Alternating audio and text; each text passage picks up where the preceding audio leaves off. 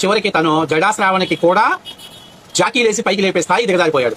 ఆయన మాట్లాడుతూ అంటున్నాడు, మన అభినవ అంబేద్కర్ మరి నిన్న రాత్రి ఏ ముందు పోపించాడు కానీ ఆ తాగిన ముందు దిగలేదేమో నాకు తెలియదు కానీ నాయన అసలు జాకీల గురించి మనం మాట్లాడాలా.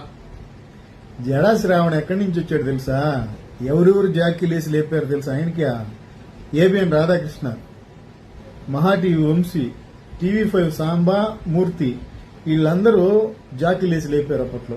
ఆ డిబేట్లు అంతా అన్నే కదా. శ్రావణ్ గారే జగన్మోహన్ రెడ్డి గారి మీద ఒక్క స్థాయిలో ఎగిరిపడేవాడు అప్పట్లో. ఇప్పుడు ఏమైందో గాని మళ్ళా జగన్మోహన్ రెడ్డి గారు చేసిన పనులన్నీ మంచివంటూ మాట్లాడుతున్నాడు. ఆ జాకీలు, వాళ్ళ దగ్గర ఉండే జాకీలు, ఏది TV5, ABN, మహా న్యూస్, వీళ్ళ దగ్గర ఉండే జాకీలు ఎలాంటి అంటే, ఉదాహరణకి చెప్తున్నా, వాళ్ళు ఒక వస్తువుని ఎలా చూపిస్తారు తెలుసా?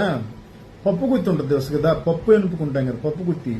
ఆ పప్పు గుత్తిని ఇది భీముడి కదా అంటే నమ్మేస్తాం. అలా ఉంటాయి వాళ్ళ జాకీలు. జాకీలు అంటే అయ్యి శ్రావణ్ గారిని లేపింది ఆ జాకీలతోనే.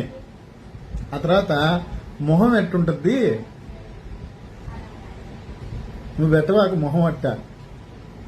శ్రవణ్ గారు ఆయన జడ శ్రవణ మొహం బ్రహ్మాండంగా ఉన్నది. నువ్వు పెడితే అసలు ఎట్టుంది తెలుసా? ఆ 3 రోజులు మోషన్కు పోనోళ్ళు నీ మొహం మీద పోయినట్టున్నది. తప్పుగా అనుకోవాక జోకులు వేయడం మాకు కూడా వచ్చు, సరేనా? ఇక అభినవ్ అంబేద్కర్ అని అంటే అంబేద్కర్ అని కాదు, అంబేద్కర్ సిద్ధాంతాలని కొనసాగించే వాళ్ళని ముద్దుగా అలా పిలుచుకుంటారు. ఎలా అంటే అభినవ చేగువేరా, అభినవ భగత్ సింగ్, అభినవ రాముడు, ఇట్లా అన్నమాట, సరేనా? మ్యాటర్ ఉంటే చెప్పు బాసు, ఎందుకు ఇవన్నీ చెప్పు.